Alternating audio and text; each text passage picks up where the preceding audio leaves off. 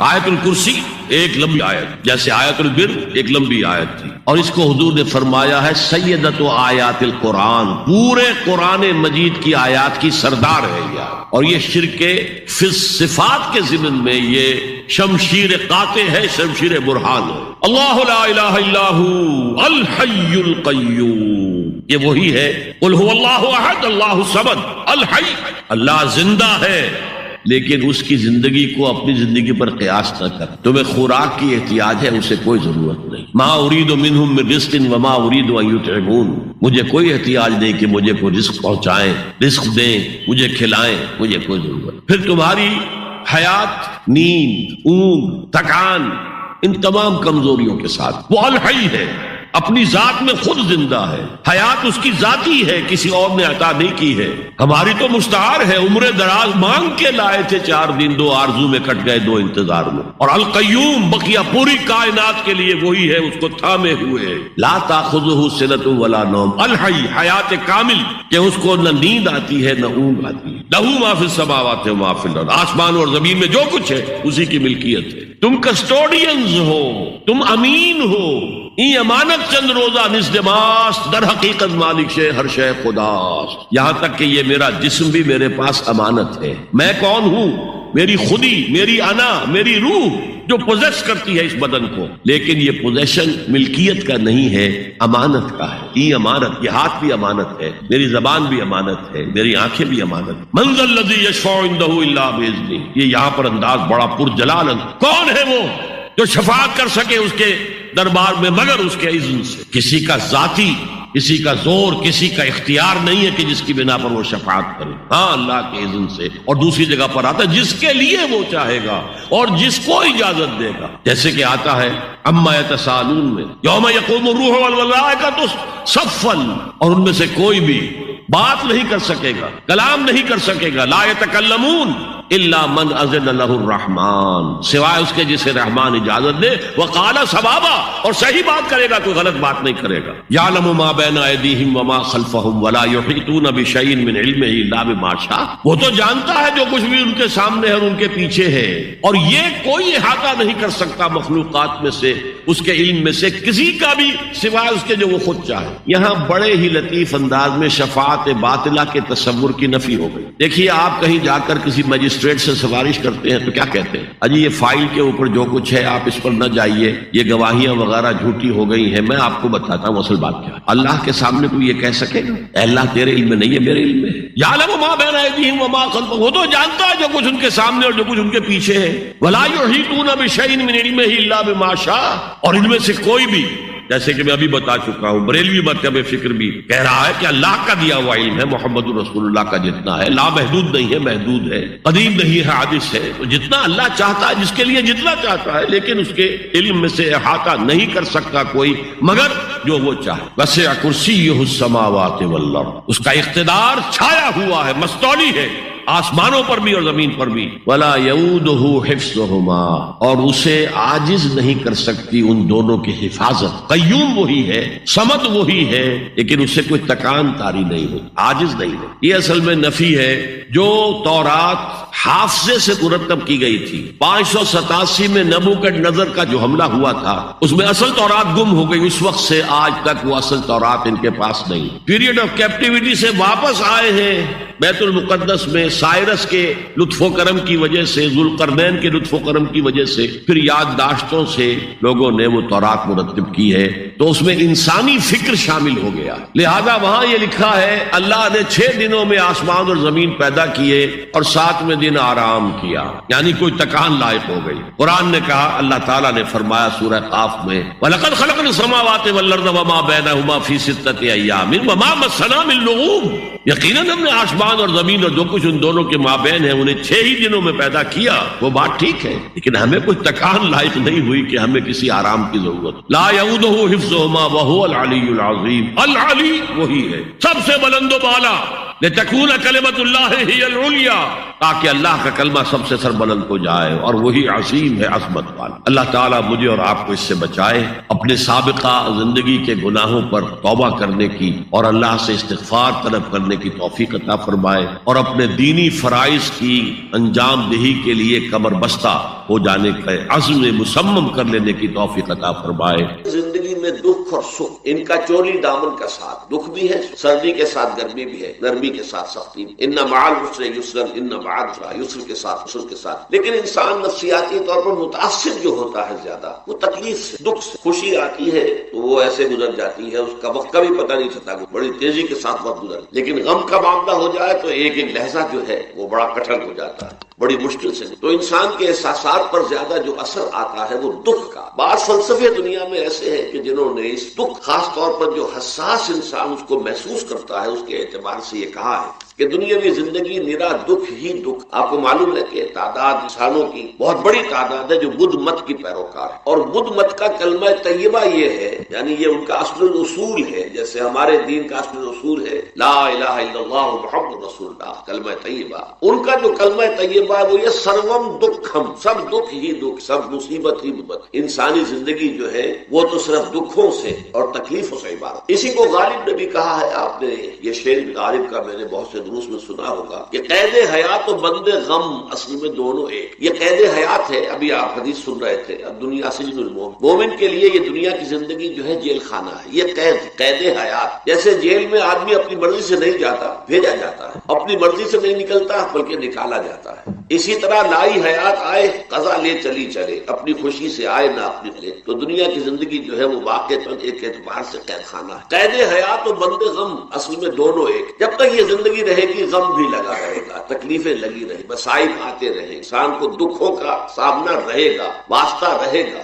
موت سے پہلے آدمی غم سے نجات پائے گا۔ ظاہر بات ہے جب تک زندگی ہے تو غم ہے، تو موت سے پہلے نجات نہیں مل سکتی۔ اگرچہ اس کے بعد کا اگلا مرحلہ جو ہے، جو حقیقت کو جاننے والے ہیں وہ تو جانتے ہیں کہ اس کے بعد تو غم کا اور بڑا کڑا مرحلہ آنے والا ہے۔ اب تو گھبرا کے یہ کہتے ہیں کہ مر جائیں گے، مر کے بھی چین نہ پایا تو کدھر جائیں۔ اگر اللہ ہمیں معاف فرمائے، اپنی رحمت اور مغفرت سے ہمیں اب ڈھانپ لے، جیسے کہ حضور نے فرمایا الا یتغمدنی ربی برحمتہ، حضور نے فرمایا کہ کوئی انسان بھی محض اپنے اعمال کی بنیاد پر جنت میں نہیں داخل ہو سکے گا جب تک کہ رحمت خداوندی دستگیری نہ۔ کسی صحابی نے بڑی ہمت کی، بڑے جرأت کا معاملہ کیا، پوچھ لیا کیا حضور آپ بھی؟ ظاہر بات ہے آپ بھی انسان ہیں، آپ بھی بشر ہیں، قرآن مجید میں کہلوایا گیا ہے اور انما انا بشر مثلکم۔ تو اگر آپ کہتے ہیں کوئی انسان جنت میں داخل نہیں ہو سکے گا محض اپنے اعمال کی بنیاد پر جب تک کہ رحمت خداوندی دستگیری نہ کرے، تو کیا آپ بھی اس قاعدہ کلیہ میں شامل ہیں؟ آپ نے فرمایا ہاں میں بھی، الا یتغمدنی ربی برحمتہ، جب تک کہ میرا رب مجھے اپنی رحمت سے ڈھانپ نہیں لے گا میں بھی اس میں داخل۔ تو اس اعتبار سے اللہ تعالیٰ وہاں ہمیں بچا لے، لیکن جو وہاں نہیں بچایا گیا، اب ظاہر بات ہے کہ اس کے لیے جو مصیبت ہے وہ تو پھر دائمی ہے، ابدی ہے، دکھ ہی۔ میں اس کی طرف زیادہ جانا نہیں چاہتا اس وقت۔ اصل میں میرا موضوع جو ہے وہ اس دنیا میں دکھوں کا علاج۔ اب اس اعتبار سے غور کیجئے، دکھ دو قسم قرآن مجید پر جتنا میں نے غور کیا، دکھ ایک تو وہ ہے کہ جو ناگہانی طور پر آ جائے، اس میں ہماری کسی غلطی کو دخل نہیں، وہ کوئی آفت سماوی ہے، کوئی زلزلہ آ گیا ہے۔ ابھی آپ کو معلوم ہے بھوج جو قصبہ تھا گجرات اسٹیٹ کا، انڈیا کا پورا ختم گیا، اس میں بہت سے مسلمان۔ جب کوئی آفت سماوی آتی ہے تو وہ ظاہر بات ہے کہ پھر سب کے سب لوگ اس کی لپیٹ میں آ جاتے ہیں۔ زلزلہ آ گیا، کوئی اور طوفان آ جائے، جیسا کہ کئی مرتبہ آپ نے اخبارات میں پڑھا ہوگا، اس سال امریکہ میں بہت طوفان آئے ہیں، مشرقی ساحل پر بار بار طوفان، وہاں بھی لوگ مرتے ہیں، وہاں بھی چھتیں اڑ جاتی ہیں، وہاں بھی تباہی جو ہے آتی ہے۔ تو اس حوالے سے ایک تو ہے وہ ناگہانی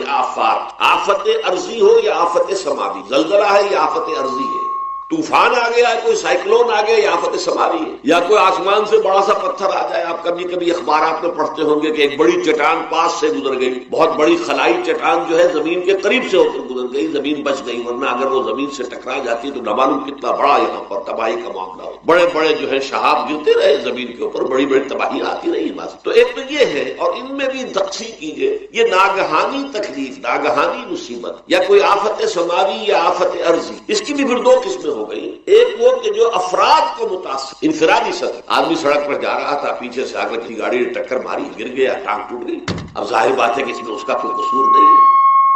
یہ اللہ تعالیٰ کی طرف سے بات آ گئی ہے؟ یا یہ کہ کوئی اگر اجتماعی سطح پر آیا جیسا کہ زلزلہ ہے یا جیسا کہ کوئی سائیکلون ہے، کوئی بڑا طوفان ہے، بہت بڑے فلڈز آ گئے، اس وقت بھی موزمبیق میں بہت بڑا فلڈ آیا ہوا ہے، ساؤتھ افریقہ میں، اور افریقہ میں پچھلے سال بھی بہت بڑا فلڈ آیا، بڑی تباہی آ رہا، تو یہ آفت سماوی یہ ظاہر بات ہے کہ اجتماعی سطح پر آتا، بڑی بڑی مقدار میں تعداد میں لوگ متاثر ہو، لاکھوں لوگ بے گھر ہو جاتے، ہزاروں آدمی مارے جاتے۔ پہلی شکل جو ہے دکھ کی، جیسا کہ میں نے عرض کیا، وہ ناگہانی دکھ، کوئی آفت عرضی، کوئی آفت سماوی، خواہ وہ انفرادی ہو خواہش، اس کے ضمن میں کیا علاج ہے؟ ظاہر بات ہے کہ اس کا علاج یہ تو نہیں ہو سکتا کہ آپ اس کو ختم کریں۔ انگریزی کا ایک محاورہ ہے، what cannot be cured must be endured۔ جو چیز جو ہے جس کا علاج نہیں ہو سکتا وہ تو برداشت کرنی پڑے گی۔ بعض بیماریاں بھی ایسی ہیں، ڈائبٹیز ہو گئی ہے، شوگر کا مرض ہو گیا، ڈاکٹر آپ کو بتائے گا کہ بھائی اب یہ مرض جائے گا نہیں، اب آپ کو اس مرض کے ساتھ ہی اپنے آپ کو ایڈجسٹ کر کے اپنی غذا وغیرہ اس کے مطابق طے کر لیجیے، ورنہ یہ کہ یہ نہ سمجھیے کہ یہ مرض چلا جائے گا۔ تو what cannot be cured must be endured۔ لہذا ان آفت سماوی و عرضی، چاہے وہ انفرادی سطح پر متاثر کرتی ہوں انسانوں کو اور چاہے اجتماعی سطح پر، اس کا تو علاج ایک ہی ہے۔ عربی میں بھی ایک محاورہ یہ ہے کہ کسی نے پوچھا تھا کہ بچھو کے کاٹے کا کیا علاج؟ البکاء الی الصباح، رات کو اگر کاٹا ہے کسی بچھو نے تو روتے رہو صبح تک، یہ علاج ہے، اس کا اور کوئی علاج ہے۔ تو جو چیز لا علاج ہے اسے برداشت، گویا کہ یہاں جو اصل شے ہوگی کہ دنیاوی آفات، عرضی و سماوی آفات، ناگہانی آفات، ناگہانی مصیبتیں، ان کے ضمن میں ہمیں ایسی شے کی ضرورت ہے جو ہمارے اندر برداشت پیدا کرے، اس کو جھیلنا آسان بنا، ہم اس کی وجہ سے بجھ کر نہ رہ جائیں، ہماری ہمتیں جواب نہ دے جائیں، ہمارا ارادہ ختم نہ ہو جائے، ہمارا حوصلہ پست نہ ہو جائے، بلکہ برداشت، جھیلنا ہو، تحمل۔ ابھی بھٹر صاحب کہہ رہے تھے اللہ تعالیٰ ذرا سا متحمل ہے، میں نے کہا یہ بہت غلط بات کہہ رہے، اللہ بہت متحمل، وہ ذرا سا تو یوں سمجھیے کہ ان کے کہنے کے انداز میں یہ بات آ گئی، ذرا سا رحیم بھی ہے، نہیں وہ بہت رحیم ہے، بہت متحمل ہے، بہت حلیم۔ لیکن یہ کہ ہمیں یہ جو آفات سماویہ اور عرضیاں ہیں جو ہمارے اوپر آ جاتی ہیں اللہ طرف، ان کے ضمن میں ذہنی ایک ایٹیچیوڈ پیدا ہو جائے، سوچ کا ایک خاص رخ بن جائے، انسان کے احساسات ایک خاص طرز پر ڈھل جائیں، تو پھر ان کو برداشت کرنا آسان۔ اور وہ کیا ہے؟ وہ ہمارے ایمان کا لازمی۔ ایمان ہمیں یہ بتاتا ہے کہ کوئی مصیبت اس زمین میں آتی ہے نہ تمہاری جانوں پر آتی ہے بغیر اذن رب۔ جو کچھ آ رہا ہے اللہ تعالیٰ کے فیصلے سے آیا ہے، یہ کوئی اندھا بہرا مادہ نہیں ہے، یہ کوئی اندھا بھینسا نہیں ہے کہ اس نے آ کے آپ کو ٹکر مار دی ہے، نہیں، یہ تو سمیع اور بصیر، علیم و خبیر اللہ اور حکیم اور قدیر اللہ کا فیصلہ ہے۔ لہذا یہ من جانب اللہ ہے، اس کو تم سمجھو کہ اللہ تعالیٰ کی طرف سے ہے، اور جب اللہ کی طرف سے ہے تو سورہ آل عمران میں فرمایا بیدہ الخیر، اس کے ہاتھ میں تو خیر ہی خیر ہے، یعنی بظاہر تمہیں محسوس ہوتا بھی ہو کہ یہ میرے لیے تکلیف دہ بات آ گئی، تو اس کو یوں سمجھو کہ اس کا نتیجہ جو میرے حق میں نکلے گا وہ خیر ہوگا۔ فوری طور پر تو تکلیف ہے، مجھے اچھی نہیں لگ رہی، ناگوار ہے، لیکن نتیجہ اس کا خیر نکلے۔ جیسے بچہ بیمار ہے، ماں اسے دوا پینے پر مجبور کر رہی، کڑوی دوا ہے، وہ تو سمجھتا ہے مجھ پر بڑا ظلم ہو رہا ہے، یا آپ لے گئے اسے ڈاکٹر کے ہاتھ ٹیکا لگوایا ہے، وہ تو چیخ رہا ہے، رو رہا ہے، آپ کو معلوم ہے، کاش اسے بھی معلوم ہو جائے کہ یہ میرے خیر کے لیے، میرے بھلے کے لیے۔ اگر اسے یہ معلوم اور محسوس ہو جائے تو اس کی تکلیف اس کے اندر بہت کمی آ جائے گی، وہ سہار لے گا اس کو، وہ برداشت کرے۔ اس حوالے سے اس کا جو ہمارے دین میں اس کا نام ہے، اس ذہنی کیفیت، ان احساسات کا، اسے اب کہتے ہیں تسلیم و رضا۔ جو کچھ آ رہا ہے اللہ کی طرف سے آ رہا ہے، لہذا سر تسلیم خم، اے اللہ ہم قبول کر، رضا، ہر حال میں تیری رضا پر راضی، جو تیرا فیصلہ ہے ہمیں بصر و چشم، تسلیم و رضا، ہم بھی تسلیم کی خو ڈالیں گے، بے نیازی تیری عادت، اللہ تو بے نیاز ہے، لیکن اے اللہ تو ہمارے لیے جو بھی تکلیف کا تو نے فیصلہ کیا، ہم تسلیم کی خو ڈالیں گے، عادت پیدا کر لیں گے اپنے اندر کہ ہر ساقی ماریخ عین الطاف است، کہ میرا ساقی میرے پیالے میں جو کچھ ڈال دے اس کا لطف و کرم ہے۔ یہ مقام رضا ہے، یہ ایمان کا ایک ایسا تقاضا ہے کہ جس کو ہم کہیں گے ایمان کی حلاوت، ایمان کی مٹھاس۔ اگر آپ کا منہ کڑوا ہو جائے تو آپ چینی کھاتے ہیں تاکہ منہ کا ذائقہ ٹھیک ہو جائے، اگر تکالیف کی وجہ سے، دکھ کی وجہ سے آپ کے احساسات کے اندر کوئی خرابی پیدا ہو رہی ہے، یہ جو مقام رضا ہے یہ اس کے لیے قند ہے، یہ اس کے لیے چینی ہے، یہ اس کے لیے شہد ہے، یہ اس کی تلخی کو ظاہر کر دینے والی کہ اللہ تیری رضا، راضی و رضا رب۔ اب اس کے ضمن میں سمجھیے، یہ تو اصولی بات میں نے آپ کو بتا دی، اس کی تین کیفیات ہو سکتی ہے، کیوں اللہ کی طرف سے یہ چیزیں آتی۔ سب سے پہلی شے ہے، اب وہ جو آیات میں نے سنائی تھی وہ سن لیجیے پہلے ترجمہ۔ سورہ تغابن میں فرمایا ما صاب من مصیبت الا باذن اللہ، دیکھو کوئی مصیبت تم پر نہیں آ سکتی، نہیں آتی مگر اللہ کے۔ ومن یؤمن باللہ، اور جو شخص اللہ پر ایمان رکھتا ہو یہد قلبہ، اللہ اس کے دل کو ہدایت دیتا ہے، اس کے دل کو سکون عطا کر، وہ راضی برضائے رب ہو جائے، اس میں شکوہ نہیں رہتا، اس میں شکایت نہیں، اس میں تلخی نہیں ہوتی، کیوں ہو گیا، کیسے ہو گیا، کیوں ہو گیا، نہیں ہونا چاہیے، نہیں۔ یہ سارا جو پیچ آدمی کھاتا رہتا ہے اندر ہی اندر، وہ جو پیچ کھا رہا ہے، یہ سب پیچ سے نجات نہیں ہے۔ برو کشید سے پیچا کہ ہستمود مرا،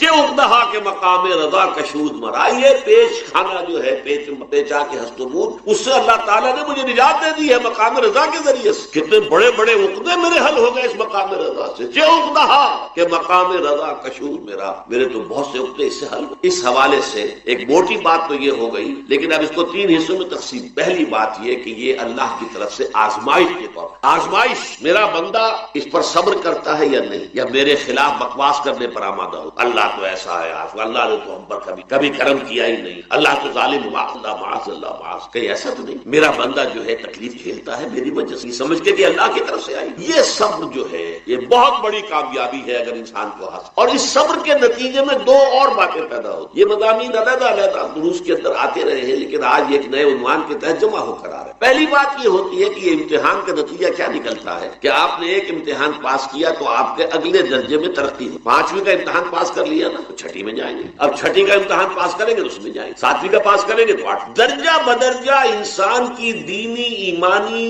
اور روحانی ترقی کا ذریعہ یہ آزمائش ہے۔ جتنا اس میں صبر ہوگا، جتنا اس میں تسلیم و رضا جو ہے آپ حاصل کرتے جائیں گے تو آپ کے درجے بلند ہوتے چلے جائیں گے۔ آپ کا امتحان کڑے سے کڑا آئے گا، بڑے سے بڑا آئے گا، مشکل سے مشکل تر آئے گا۔ ایک وقت میں MA کا امتحان بھی آپ کو دینا ہوگا، ایک وقت میں ہو سکتا ہے PhD کے لیے تھیسس آپ لکھیں، پھر اس کے اوپر جو ہے ٹیم بیٹھی ہوئی اور آپ سے وہ بحث کرے، جرا کرے، آپ سے وہ بھی کرنا ہوگا۔ لیکن یہ کہ اگر پرائمری ہی میں فیل ہو گئے تو اس کا سوال ہی پیدا نہیں ہوتا کہ کبھی آپ MA کا یا PhD کا تھیسس بھی لکھیں۔ اور اسی کو دوسرے انداز میں کہا گیا ہے قرآن مجید میں، وَلَيُبْلِيَ الْمُؤْمِنِينَ مِنْهُ بَلَاءً حَسَنًا۔ اصل میں ابلا کہتے ہیں، بلا یبلو جو ہے عربی زبان میں آتا ہے آزمانا، خلق الموت والحیات لیبلوکم ایکم احسن عملا، یہی معنی ابتلا کے میں، ابتلا یبتلی آزمانا۔ ابلا یبلی جو آتا ہے باب افعال سے، اس میں آتا ہے کسی کو کسی تکلیف میں ڈال کر اس کو نکھارنا، کہ اس کا جوہر نکھر جائے، اس کے اندر جو خیر ہے وہ اور چمک جائے، لوگوں کو بھی معلوم ہو جائے کہ یہ شخص اس مقام کا ہے، اس کے اندر یہ صلاحیت، اس میں یہ قوت۔ لیکن لا یعلم من بعد علم شیئا، بڑے بڑے عالم، بڑے بڑے فاضل پھر بچے بن کر رہ جاتے ہیں، دماغی صلاحیتیں معوف، قوا جو ہے مزمحل، اس کے درمیان کتنا عرصہ ہے؟ میکسیمم وقت جو ملتا ہے انسان کو کام کا، ایکسیپشنل ہے لوگ، لیکن ایوریج جو ہے 30 ایئرز سے زیادہ آپ کا زندگی کا جو ہے در حقیقت، جس میں آپ اپنے کسی ارادے سے، اپنے کسی پلاننگ کے تحت، اپنے خود پیش کسی نقشہ کار کے طریقے سے کوئی کام، تو کیا زندگی بس یہی ہے؟ کیا کریشن کا کلائمیکس جو ہے ذہن مانتا ہے کہ یہ پوری کائنات اس کی وسعت کا اندازہ کرے اور اس کا کلائمیکس انسان اور اس کی حقیقت یہ نہیں؟ انسان کی زندگی بہت طویل ہے، اس زندگی کے 3 حصے ہیں۔ آپ حیران ہوں گے، ذرا غور سے آج توجہ سے بات سنیے، 2 تو سب نے سنے ہیں، میں 3 کہہ رہا ہوں۔ ہماری کریشن کب ہوئی تھی؟ ازل میں، جب روحوں کی شکل میں ہمیں پیدا کر دیا گیا تھا، جن سے اللہ تعالیٰ کا وہ مکالمہ ہوا تھا، الستو بربکم قالوا بلا، میں بھی تھا، آپ بھی تھے، ہر شخص نے اللہ سے معاہدہ کیا تھا، الستو بربکم قالوا بلا، کیوں نہیں، شہیدنا، ہم گواہ ہیں، اے اللہ تو ہی ہمارا رب ہے، ہمارا مالک ہے۔ یہ معاہدہ کیا تھا کہ نہیں؟ ہم سب تھے۔ فرق کیا ہے؟ صرف ہماری ارواح تھی، یہ اجساد نہیں تھے، جسم نہیں تھے، ارواح تھی۔ تو کریشن تو اس وقت سے ہے۔ ایک زندگی ہماری وہ ہے جو ہم بتا آئے، ایک زندگی یہ ہے کہ ایک جسم کے ساتھ، وہ جسم جو زمین سے بن رہا ہے، پیدا ہو رہا ہے، زمین کی غذا سے پل رہا ہے، اس کے ساتھ اس روح کو شامل کر دیا گیا، یہ ہماری حیات دنیاوی ہے۔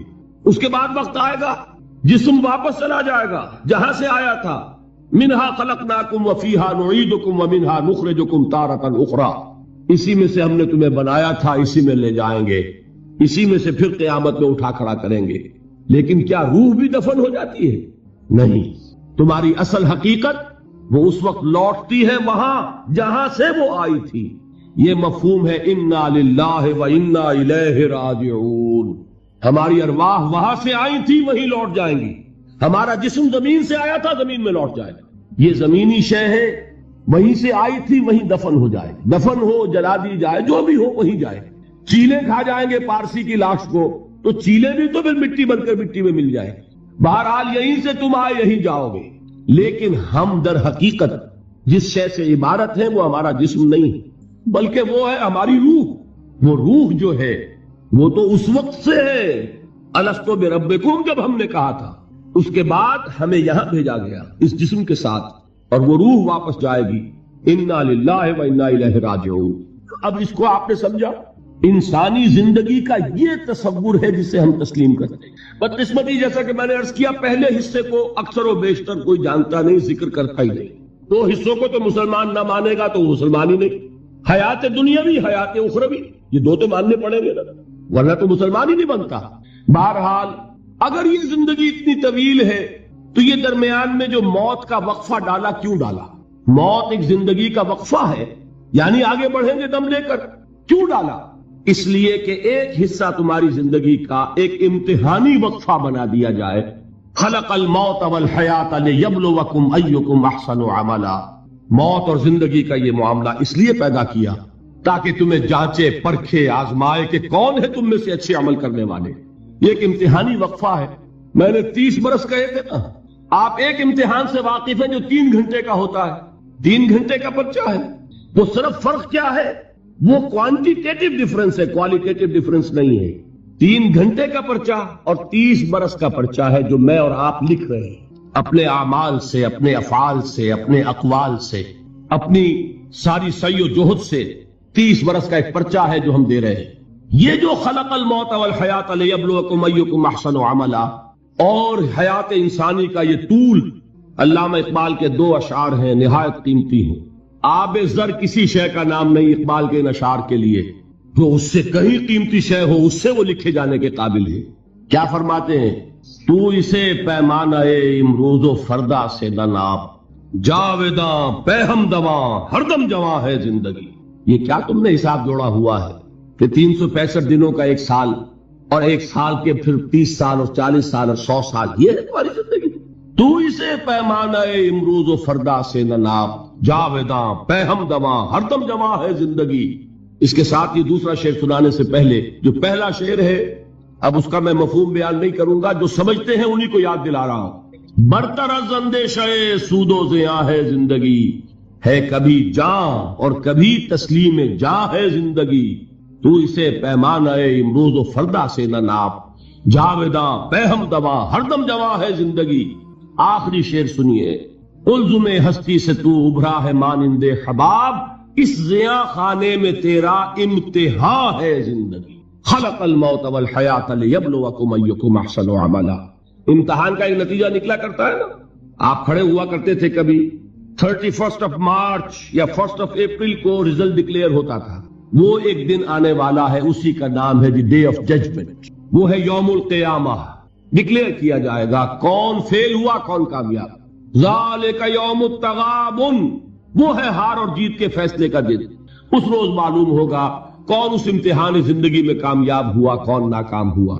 کامیابی کیا ہے؟ وَإِنَّهَا لَجَنَّةٌ أَبَدًا، ہمیشہ ہمیش کے لیے جنت، اور ناکامی کیا ہے؟ أَوْ لَنَارٌ أَبَدًا، یا جہنم ہے ہمیشہ ہمیش کے لیے۔ ان تمام چیزوں کو جمع کیجئے، یہ کیا ہے؟ ایمان بالآخرہ، ایمان بالمعاد۔ یہ دوسرا سوال، یہ دوسرا جواب سمجھیے ان سوالات۔ تیسرا اور آخری، علم کیا ہے؟ یقیناً حواس سے جو معلومات حاصل ہوتی ہیں وہ بھی درست ہیں، یقیناً عقل کی ایک فیکلٹی بھی اللہ نے دی ہے۔ انسان اپنے اس ذرائع علم سے حقیقت کے قریب پہنچ جاتا ہے، لیکن یقین کی دولت محض اس عقل کے ذریعے حاصل نہیں ہوتی۔ اور اس عقل میں یہ صلاحیت تو ہے کہ خدا کو پہچان لے، یہ صلاحیت ہے کہ جان لے کہ کوئی ایک ہے جو اس کا کریٹر ہے کائنات کا، یہ صلاحیت بھی ہے کہ جان لے کہ زندگی ختم نہیں ہوگی یوں ہی، حساب کتاب ہونا چاہیے، جزا سزا ملنی چاہیے، ورنہ خیر اور شر کا تصور غلط ہو جائے گا۔ There will be no basis for morality۔ یہ کانٹ جن کا بھی انہوں نے نام سنا ہے ان کو بھی عرض کر رہا ہوں کہ کانٹ نے ایک کتاب لکھی تھی دی کریٹیک آف پیور ریزن، اور اس نے ثابت کر دیا کہ کسی منطقی دلیل سے خدا کا وجود ثابت نہیں ہو سکتا۔ ایک تہلکہ مچ گیا پورے یورپ میں، اس وقت تک ابھی یہ جو الحاد ہے یہ اتنا نہیں تھا، عیسائیت تھی۔ خدا کا انکار کے معنی کیا ہے؟ بغاوت عیسائیت سے۔ اب یہ بھی ہو سکتا ہے کہ اس نے بغاوت سے خوف زدہ ہو کر کتاب لکھی ہو، یہ اللہ جانے۔ سقراط کا سکہ سا جو ارادہ ہے، قوت ارادی، وہ ہر ایک کو تو نہیں ملتا۔ سقراط نے تو اپنے علم کے اور اس کے بیان کرنے کے مقابلے میں زہر کے پیالے کو پسند کر لیا، لیکن ہو سکتا ہے کانٹ گھبرا گیا ہو، اور یہ بھی ممکن ہے کہ یہ اس کی سوچ ہی کا ایک مرحلہ ہو، جیسے علامہ اقبال نے پہلے شکوہ لکھا اور شور مچ گیا، اللہ کی جناب میں یہ گستاخی، لیکن جواب شکوہ لکھا تو پتا چلا کہ اصل میں وہ کچھ باتیں کہنے کے لیے ایک انداز اور اسلوب تھا، کچھ سمجھانا چاہتے تھے مسلمانوں کو، انہوں نے مسدس حالی کے انداز میں نہیں لکھا، جواب سوال اللہ کے ساتھ کر کے ان حقائق کو ایک اور لطیف پیرائے میں بیان کر دیا۔ اسی طریقے سے ہو سکتا ہے کانٹ کی دوسری کتاب کا معاملہ ہو، دی کریٹیک آف پریکٹیکل ریزن، اور اس میں وہ ثابت کرتا ہے انسانی اخلاقیات کے لیے کوئی بنیاد نہیں ہے جب تک کہ اللہ کو نہ مانا جائے۔ نیکی کو انسان پہچانتا ہے، لیکن کیوں نیک بنے، اس کیوں کا کوئی جواب ہمارے پاس نہیں۔ سچ بولنا اچھا ہے، کیوں سچ بولے جبکہ سچ بولنے میں نقصان ہو رہا ہے؟ جھوٹ بولنا برا ہے، کیوں جھوٹ نہ بولے جبکہ جھوٹ بولنے سے نفع حاصل ہو رہا ہے؟ ایک بڑا عجیب شعر ہے، مجھے ایک بزرگ نے ایک دفعہ سنایا تھا، لیکن بڑا حقیقت پسندانہ شعر ہے۔ اے صداقت بر تو لعنت از تو رنجے یافتم، اور اے صداقت کے مقابلے میں کوئی اور لفظ تھا، اے خیانت بر تو رحمت از تو گنجے یافتم، اے خیانت تیرے اوپر خدا کی رحمتیں ہو، تیری وجہ سے مجھے خزانہ ملا ہے، اور اے صداقت تجھ پر لعنت ہو، تیری وجہ سے دوست بھی ناراض ہو گئے۔ سچ بولیے، دوست راضی رہے گا؟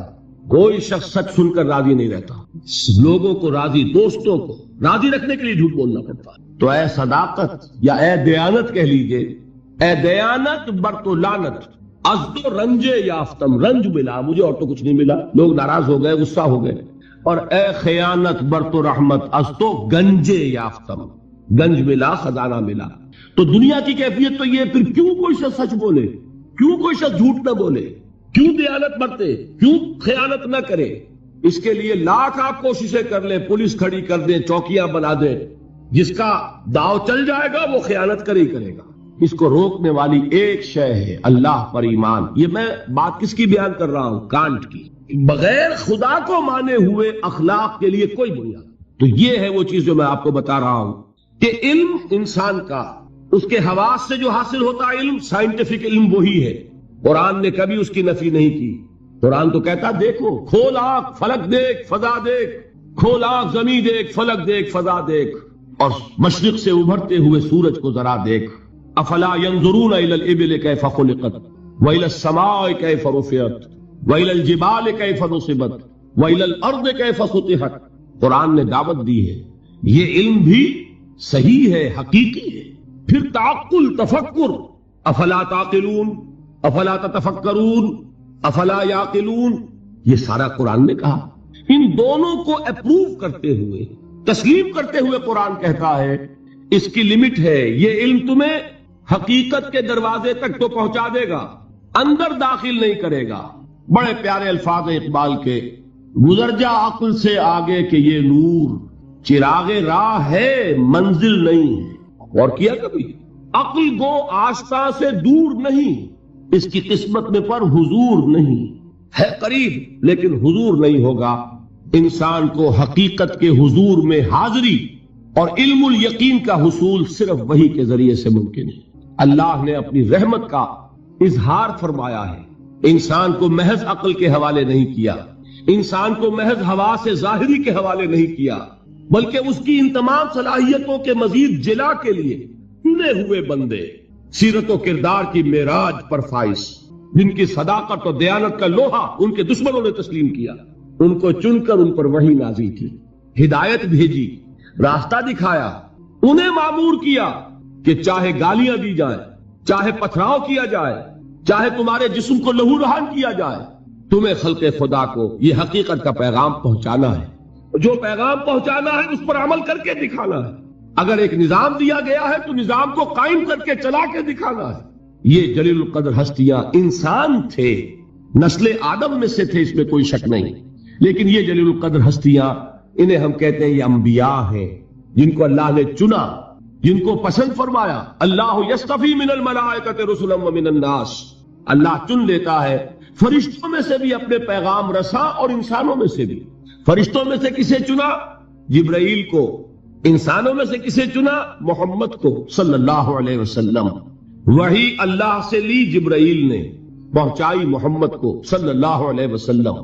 وہی محمد نے لی جبرائیل سے صلی اللہ علیہ وسلم وعلیہ الصلوۃ والسلام، اور پہنچائی انسانوں. یہ دو لنکس ہیں اس نبوت و رسالت کی. رسول ملک فرشتہ، رسول بشر نبی یا رسول. ان دونوں لنکس سے وحی منتقل ہوئی کس سے؟ اللہ سے. اللہ کی وحی ہے، جبرائیل کی وحی نہیں ہے. جبرائیل ذریعہ ہے، محمد ذریعہ ہے. محمد کا ذہن، ان کی عقل، ان کا فکر منبع وحی نہیں ہے. وہ ریسیپینٹ ہیں، وصول کرنے والے ہیں. یہ اللہ کی ہدایت ہے، اللہ سے خلق تک پہنچی ہے. اولاً رسول ملک، ثانیاً رسول بشر. یہ ہے نبوت، یہ ہے رسالت. یہ نبوت اور رسالت اپنے زینت پر پہنچی، اپنے کلائمیکس کو پہنچی، اور اپنے زینت اور کلائمیکس اور نقطہ عروج کو پہنچ کر ختم ہو گئی. اور یہ نام ہے محمد الرسول اللہ صلی اللہ علیہ وسلم، خاتم الانبیاء، رحمت للعالمین، خاتم النبیین، آخر المرسلین. ان کو جو ہدایت دی گئی وہ ہے القرآن، الہدا، the guidance, the complete guidance, the final guidance. نوع انسارا پیام آخری حامل رحمت للعالمین. ان تمام چیزوں کو جمع کریں گے تو اس کا نام ہے ایمان بالرسالت. یہ ہے ایمانیات. بات سمجھ میں آئی؟ اب کون سا باب ہے یہ؟ گنتی آپ کیجئے نا کہ میں ٹھوکر نہ کھا جاؤں. 5واں باب غالباً. دیکھیے پہلا کیا تھا؟ ایمان کے لفظ ایمانی. کچھ یاد ہے کہ نہیں؟ ایمان کے اصطلاحی معنی. نمبر 3 ایمان کا سبجیکٹ میٹر یا موضوع. نمبر 4 ایمانیات کی تفصیل. اور ان کو ہم نے گروپ کیا 3 ایمانیات میں. ایمانیات ثلاثہ، توحید یا ایمان باللہ، معاد یا ایمان بالآخرہ، اور ایمان بالرسالت. تو 5واں باب ہے. ان ایمانیات ثلاثہ کی ریلیٹو امپورٹنس، ایک دوسرے کے نسبت سے اہمیت کیا ہے. بات یہ جان لیجئے یہ تینوں ایمان ایک ایک اعتبار سے اہم ترین ہے اپنی جگہ پر. اصولی اعتبار سے، علمی اعتبار سے، نظری اعتبار سے اہم ترین ایمان کون سا ہے؟ ایمان باللہ. بلکہ یوں کہا جا سکتا ہے جیسے آپ کہتے ہیں کہ ہاتھی کے پاؤں میں سب کے پاؤں، ایمان باللہ میں سارے ایمان موجود ہیں. یہی وجہ ہے کہ ایمان مجمل یاد ہے. ایمان مجمل کے الفاظ کتنے حضرات کو یاد ہے؟ ذرا ہاتھ اٹھائیں. ایمان مجمل، ایمان مفصل، بڑی مایوس کن صورت ہے. جہاں سے کہ ہماری تعلیم کا آغاز ہوا کرتا تھا. میں اپنے آپ کو خوش قسمت سمجھتا ہوں کہ میری تعلیم کا آغاز مسجد سے ہوا. حفیظ نے اپنے شاہنامے میں شروع میں جو تمہید اپنی زندگی کی بیان کی ہے اس میں ایک شعر ہے، بڑا دردناک شعر ہے. اس نے بھی کہا میری تعلیم کا آغاز تو مسجد سے ہوا، لیکن پھر مجھے والدین نے جو بھی اس زمانے کا رواج اور چلن تھا اسکول میں داخل کر دیا کہ اب انگریزی پڑھو اور یہ سیکھو اور وہ سمجھو جس کی دنیا میں قدر و قیمت ہے. مجھے مسجد سے مکتب کی طرف تقدیر نے کھینچا، تنازع للبقاء کی آہنی زنجیر نے کھینچا. اسٹرگل فار ایگزسٹنس، ایک دوسرے سے آگے نکلنا. تنازع للبقاء، یہ تنازع للبقاء تھا اور ہے جس نے ہمارے نظام تعلیم کو بدل کر رکھ دیا. اب آپ بچے کو پڑھائیں گے کنڈر گارڈن سے، وہ ڈیڈی اور ماما اور پاپا کہنا سیکھے، وہ اللہ اور محمد کے نام نہیں سیکھتا. نتیجہ کیا نکلتا ہے؟ کلمات اس کو یاد نہیں ہوتے، ایمانیات اسے یاد نہیں ہوتے. لیکن یہ کہ پہلے ہماری تعلیم کہاں سے ہوتی تھی؟ نورانی قاعدہ پڑھو، پھر وہ تعلیم الاسلام مفتی کفایت اللہ صاحب کے رسالے، وہاں سے میرا آغاز ہوا تھا تعلیم کا، اور وہاں سے وہ دولت مجھے ملی ہے کہ مجھے آج تک یاد ہے. ایمان مجمل کیا ہے؟ آمنت باللہ کما ہوا باسمائہ وصفاتہ وقبلت جمیع احکامہ اقرار باللسان وتصدیق بالقلب. ایمان مفصل کیا ہے؟ آمنت باللہ وملائکتہ وکتبہ ورسلہ والقدر خیرہ وشرہ من اللہ تعالی والیوم الآخر والقدر خیرہ وشرہ من اللہ تعالی والبعث بعد الموت۔ اب آپ نے سوچا ایمان مجمل ایمان مفصل رشتہ کیا ہے؟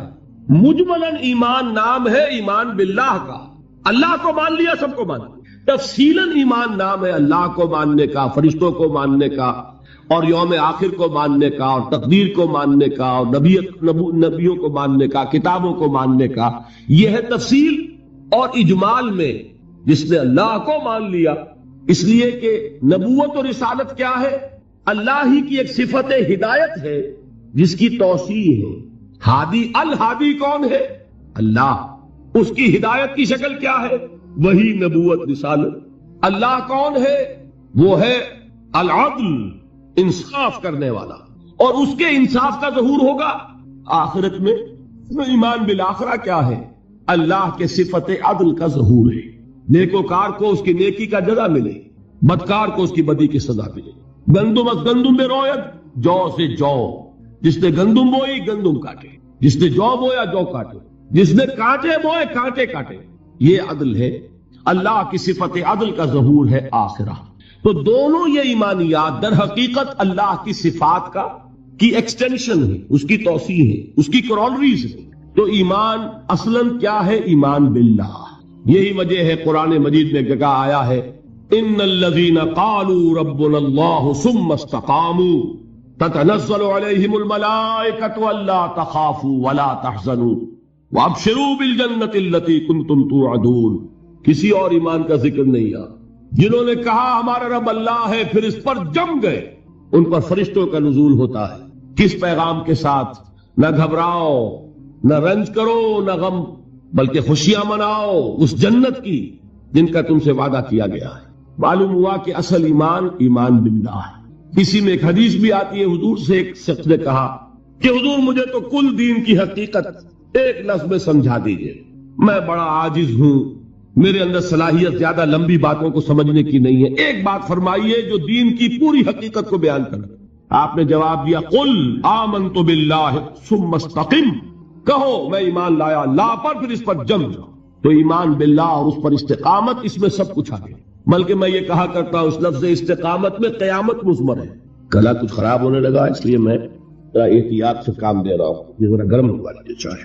اب آئیے، حقیقت کے اعتبار سے میں نے عرض کیا، نظری اعتبار سے، علمی اعتبار سے، اصولی اعتبار سے اہم ترین ایمان کون سا ہے؟ ایمان باللہ۔ اب لیجئے قانونی اعتبار سے، شرعی اعتبار سے، فقہی اعتبار سے اصل ایمان ہے ایمان بالرسالت۔ کوئی شخص کتنا ہی اللہ کو مانے، کوئی کتنا ہی موحد ہو، کوئی کتنا ہی متوکل ہو، کوئی کتنا ہی معرفت رکھتا ہو، کوئی کتنے ہی مراقبے کرتا ہو، اس کو مراقبوں میں کتنی ہی روشنی نظر آ جائے، مومن نہیں ہوگا جب تک کہ محمد کو نہ مانے صلی اللہ علیہ وسلم۔ یہ ہے قانون، یہ ہے مسلم اور غیر مسلم کا فرق، کون مسلمان ہے کون نہیں۔ اس کا سارا دار و مدار جو ہے وہ ایمان بالرسالت پر ہے، اور ایمان بالرسالت کے ساتھ ختم نبوت و رسالت۔